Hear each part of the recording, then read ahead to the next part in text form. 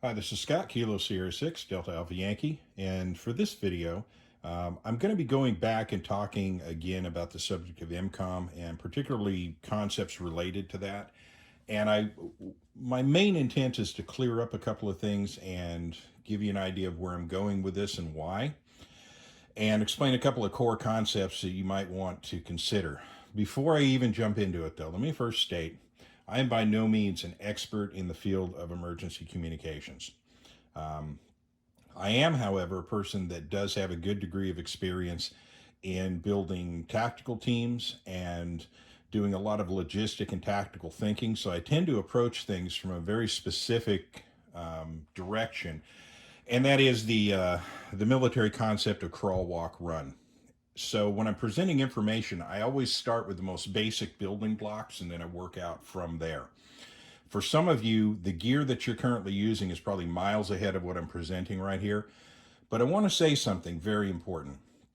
This is a phased building process. And where the idea for this video came from was a comment I read where a person said, hey, the bag is great and everything, but, and then they proceeded to talk about their particular rig and how that's the thing they use and they go with, and that's terrific. I applaud them for that. And what it had to do with was things like Pelican type go cases.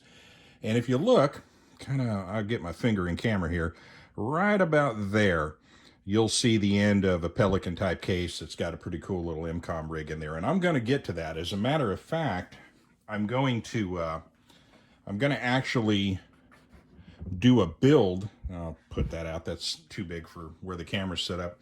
I'm going to do an actual build of one of those and show you kind of the approach I took to it. But again, it's just my approach. Your approach may be different. I'm not ever going to say you need to do things my way or you're, not good to go. That's not what this is about at all. I'm just throwing some concepts out there, that some things that have appeared to me. I'm just another voice out there on YouTube saying, hey, this is what I've done, this is what I've seen. Here's something to think about. And that's all this is. It's just some advice from somebody who's kind of on the same path you're on. And we're all on pretty much the same path, and we're all pretty much equal. And trust me, I get reminded every time I go to a club meeting how much I have left to learn about radio. But some stuff, like I said, that I do is I'm good at building human systems. I'm good at building approaches towards things. And the principle I use is always crawl, walk, run. And that is, you start with the most basic concepts and you build out from there. And that doesn't mean that once you passed a certain conceptual area that you leave that behind and never return to it. Because let's say we follow this path all the way down the road, and we end up with something like that EmComm truck that ICOM has. And you've got a rig that's got 100, or you've got a truck that's got, or a van or whatever, or a trailer, and you've got 100 radios in there. You've got every type of antenna possible that can be deployed. This is a very big rig, okay? And while that may work for some circumstances, if you had to go search for somebody on a mountainside, that rig is now completely useless. And to be honest with you, the same thing applies for the Pelican type cases. While they're handy, they're not necessarily all that portable if you have to do some hiking, because you need both your hands to effectively climb a mountain. So in that case, you may need to step all the way back to your original core concept of a radio, a notepad, and a pen, because that's all you can carry. So the idea here is you build in phases, and each of those phases gives you different capabilities, and capabilities equal options. And every time you have an option, you have something you can fall back on. That's a good thing. Your rigs also need to be scalable. You need to be able to build up and build down based on the situation you're faced with. And when it comes to EmComm is a vast, huge subject. However, some people will tend to specialize and compartmentalize and see it from one particular angle. And what I'm trying to get at here is you need to see it from a lot of different angles, because I myself have many times been in situations where I've deployed to a call out, for instance, and I brought the gear that I thought I needed, but once I got there, it turned out I needed something completely different. And having the ability to immediately scale and go to what you need and then deploy that speeds the process up and makes you more effective and more efficient. Okay, so we started with this right here. And the most basic EmComm kit being a radio, a notepad, and a pen. And in terms of communications, that is it. That would suffice for about 99% of the things you need to do out there. Now, can you make it better? Can you build it? Can you grow it? Yes, absolutely. But again, it's always going to be based on doing the best you can with what you've got where you're at. So I'm just to recap, I wanted to kind of go over what we've covered so far. And I would call phase one being this, the most simple of kits, something that you can literally put in a couple of pockets and you're good to go. And then I talked about maybe instead considering a better radio to start from. And I'm going to be going back in direction, by the way, and I'm going to talk about sub $50 radios here pretty soon.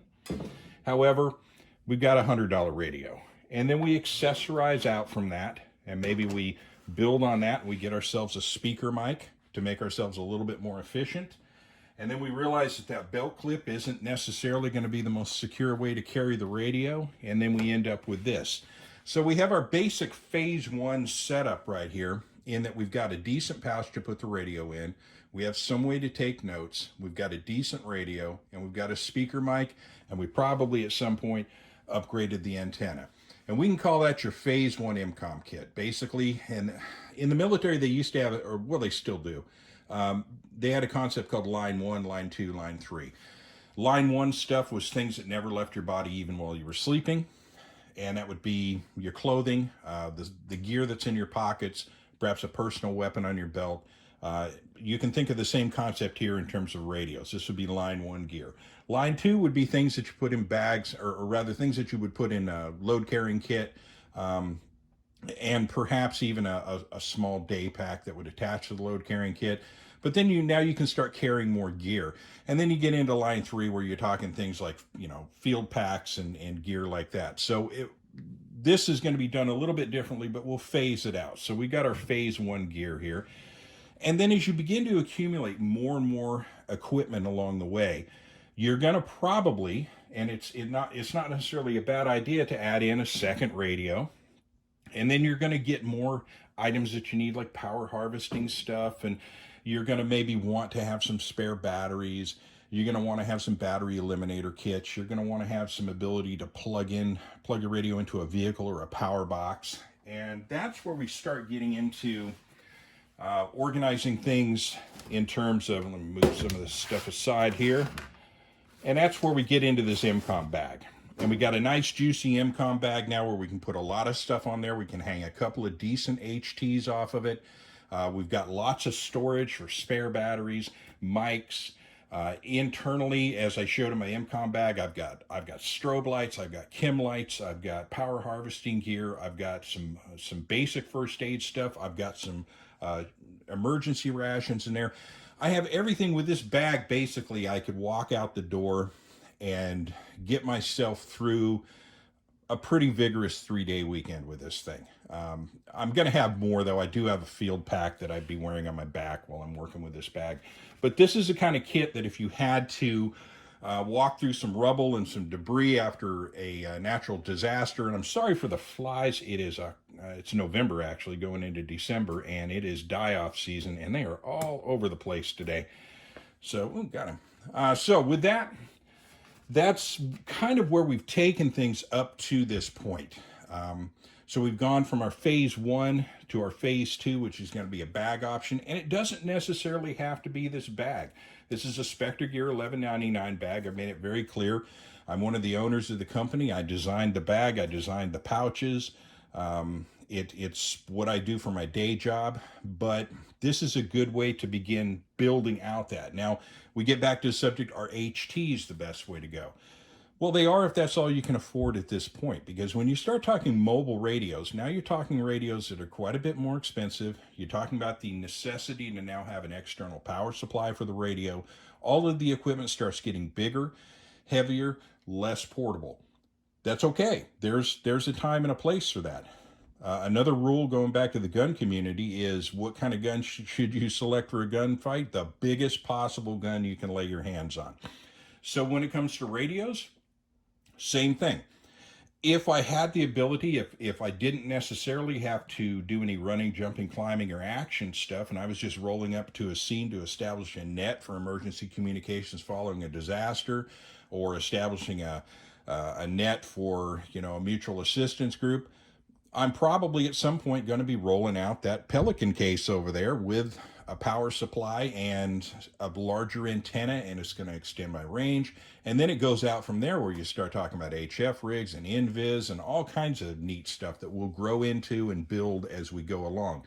But I didn't want to jump into the deep end of the pool to start off with and leave behind the most basic stuff that you need.